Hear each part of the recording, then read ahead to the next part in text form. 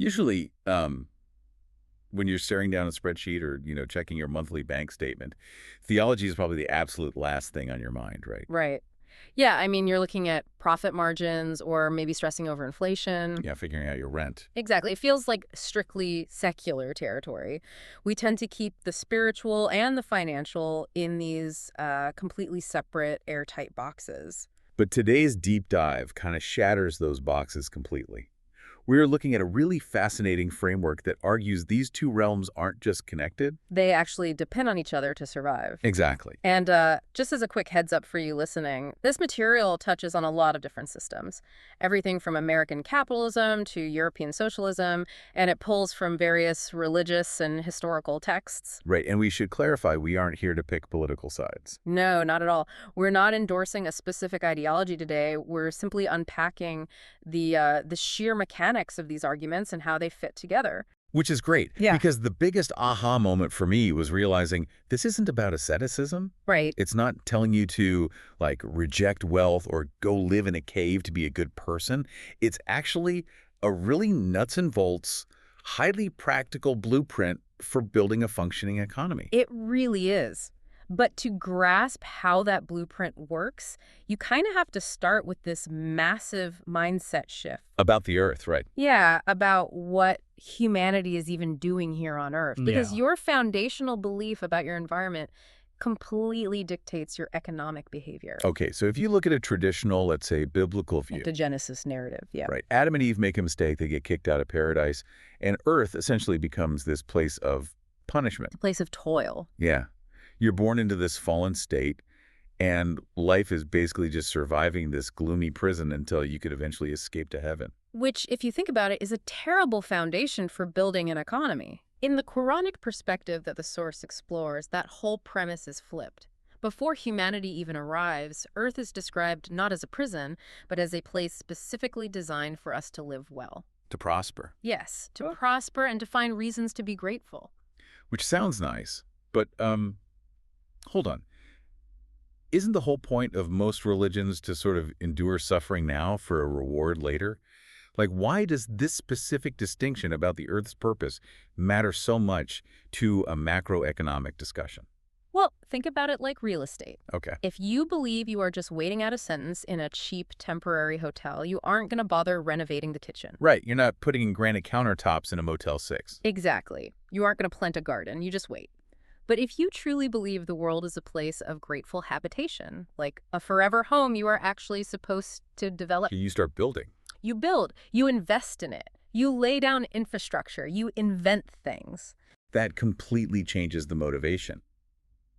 And historically, the source gives us a blueprint for how this development was supposed to start.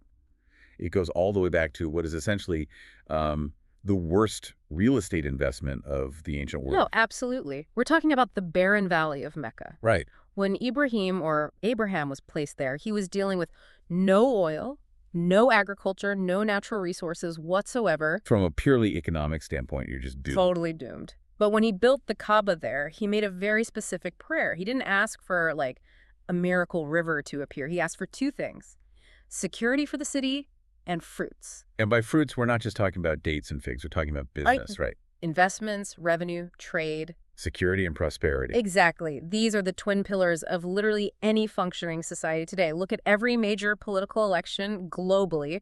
It always boils down to national security. In the economy. Always. Because you simply cannot have one without the other. So if you only have one, Yeah. like take a place like North Korea. Great example. Extreme security, highly militarized borders, completely locked down. But there is no real economic engine there. So the result is a highly unstable, impoverished society. Right. On the flip side, imagine a lawless boomtown where real estate is practically free and there are massive business opportunities. Like a gold rush town. You could make a fortune overnight. You could, but the second you step out your front door, someone robs you. Yeah, they steal everything you build. So that fails too. You need a secure foundation to protect the prosperity you generate. Okay, but I want to push back on something here. If God provides the security, like in the Mecca example, doesn't that just sound like the prosperity gospel? How do you mean? Like, just pray hard enough, keep your city safe, and God will magically drop money into your lap. Yeah, it's tempting to read it that way, but this framework completely rejects that idea. It does. Yeah, there's this specific concept of provision called rizzing, and it's incredibly clear in the text that this provision is available to everyone, believers and non-believers alike. Oh, interesting. Yeah, it's not some magical reward for having the right faith. Mecca didn't become wealthy through magic. It became wealthy because the people turned it into a massive highway rest stop. Right. It became the main pipeline between Yemen in the south and Europe in the north. Exactly. The secure location might have been provided by that prayer, but the humans had to actually travel. They had to organize trade routes, hustle, and put in grueling physical effort to create that economy. So if human effort and hustle are the engines here, what kind of culture actually breeds that? Because the source dives into a comparison here that pits American hypercapitalism against European socialism. And the conclusions are pretty surprising, honestly. Yeah, they are. The argument presented really favors an entrepreneurial spirit. It explicitly wants people taking risks and exploring. It points to the chaotic energy of American hustle culture. Where a medical student can decide to just, pivot. Right, start baking in her kitchen, and suddenly she's a cupcake millionaire. Or someone building a massive tech giant out of a garage. That relentless drive to be an employer, not just an employee, is actually celebrated in this framework. And then you contrast that with the European model. The speaker looks at Denmark, which is incredibly stable. It's highly socialist, education is subsidized, rent is controlled, healthcare is a given. Which sounds idyllic on paper. I mean, early retirement is the ultimate goal there. But the critique here is that when you remove the struggle, when you completely eliminate the need to build or take risks, you inadvertently trigger a specific kind of societal depression. It breeds complacency. It totally kills the adventure. Exactly. And economically, it stagnates the middle class. Entrepreneurs are the ones who build the middle class. They create businesses, which creates competition. And competition forces innovation. Right. Which generates the tax revenue needed to build better infrastructure. The argument is that when you subsidize everything to the point of utter comfort, that entire engine just shuts down. This really recontextualizes the whole idea of worldly wealth. Usually we're told that true spiritual devotion means turning away from the material world. But this text elevates business to a staggering spiritual level. It really does. And there's a fascinating analogy used regarding a specific chapter, Surah Al-Muzammil. Right, I love this part. It initially demands an intense, middle-of-the-night spiritual regimen, like staying up half the night to pray. But then it scales it back. It recognizes human limitations and offers alternative forms of devotion. It's like a personal trainer. You walk into the gym and the trainer says, give me 100 pull-ups.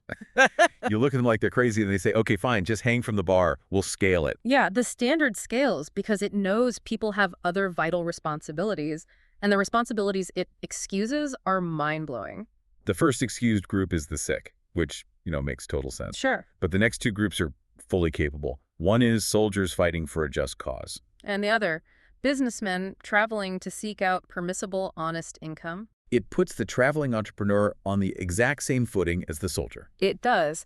There's even a quote from a historical companion, Ibn Umar, saying that, aside from dying in battle, the best possible way to go out would be on a journey, carrying goods to sell. That is a massive paradigm shift. It's aggressively pro-business. It is, but, and this is a huge PUD, here's the catch. There's always a catch. Once you build that business, once you actually become that cupcake millionaire, the rules for what you do with that money are incredibly strict. Right, you don't just get to hoard it. No, because the fundamental view of wealth changes here. You aren't the ultimate creator of that wealth. You are just a steward of it. Meaning you can't funnel it into corrupt or harmful industries.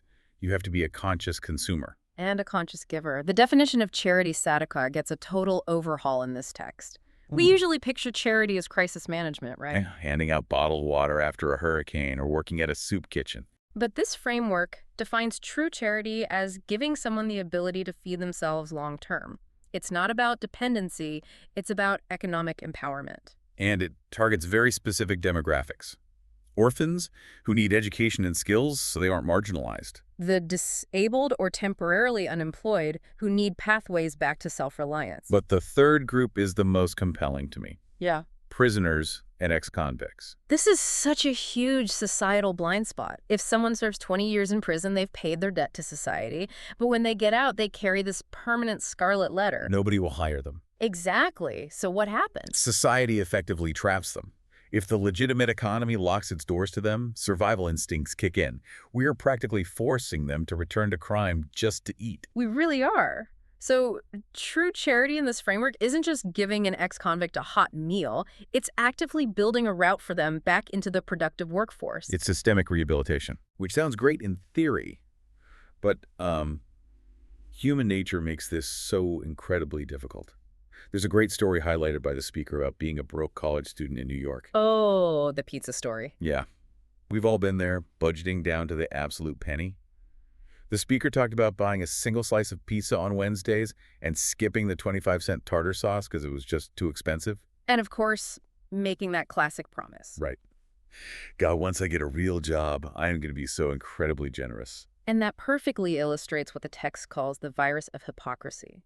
Because what inevitably happens when that student finally lands the six-figure salary? The goalposts immediately move. Suddenly it's, well, I only have $100,000 in the bank. I need to make sure I'm secure.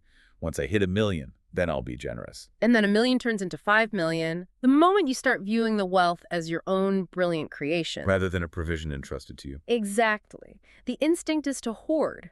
You break the psychological contract you made back when you were struggling. Right, but I guess if it's just one college student hoarding a paycheck, who really cares?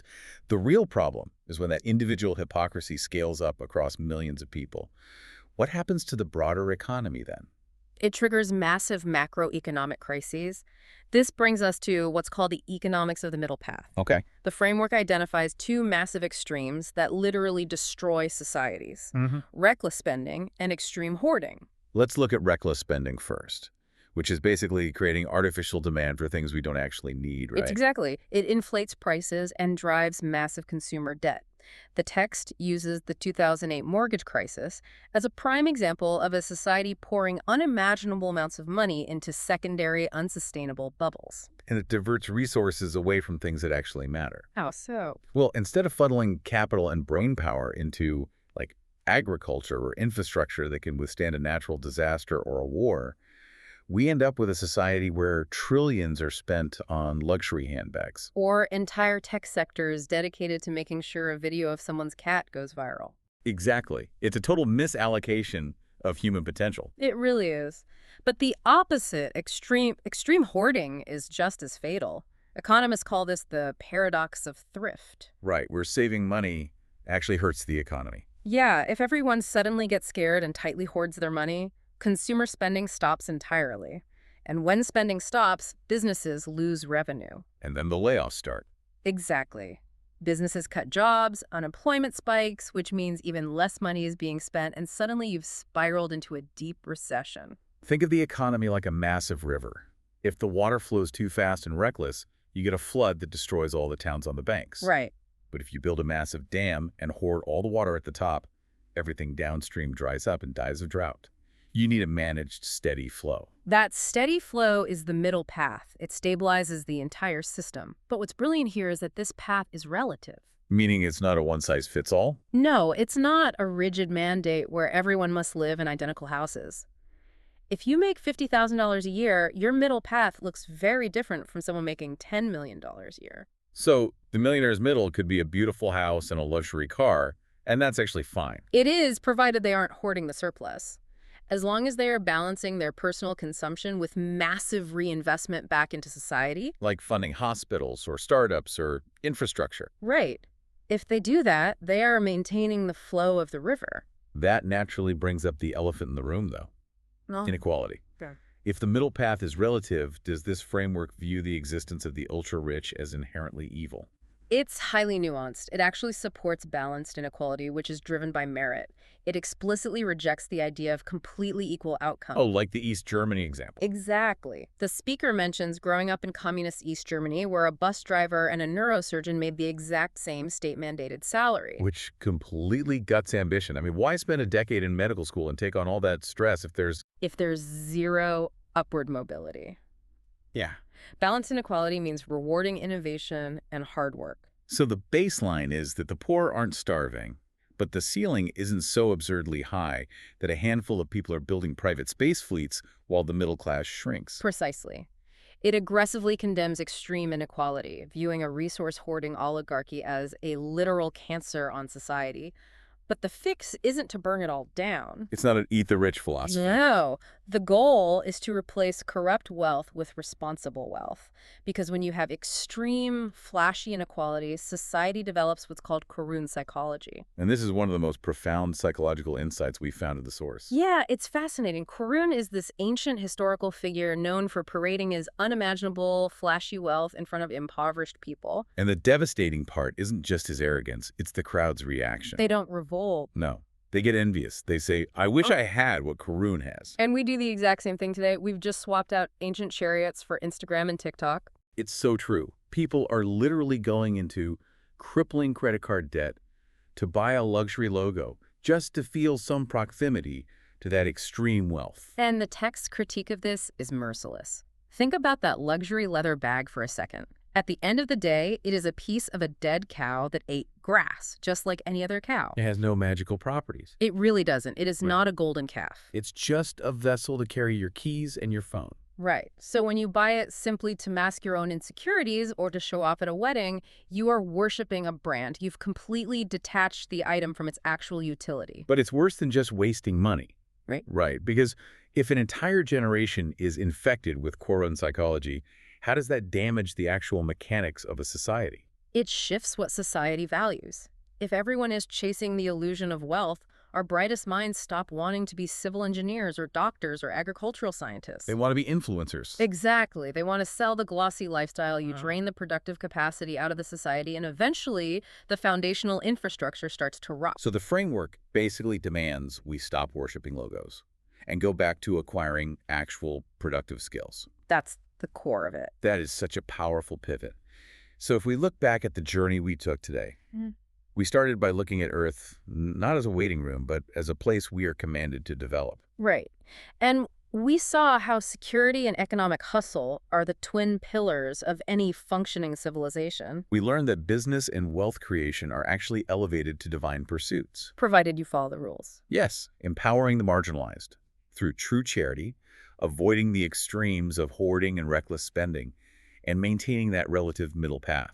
And it all culminates in recognizing the dangers of brand worship, realizing that extreme inequality distracts us from doing work that actually matters. It really proves those two boxes, the bank statement and the theology, are actually the same box. They absolutely are. And I want to leave you with a final thought to mull over as you go about your week. Okay, let's hear it. We talked about Qur'an psychology and finding our modern-day Qur'ans on social media, but consider this. What if the algorithm itself is the ultimate Qur'an today? Oh, wow.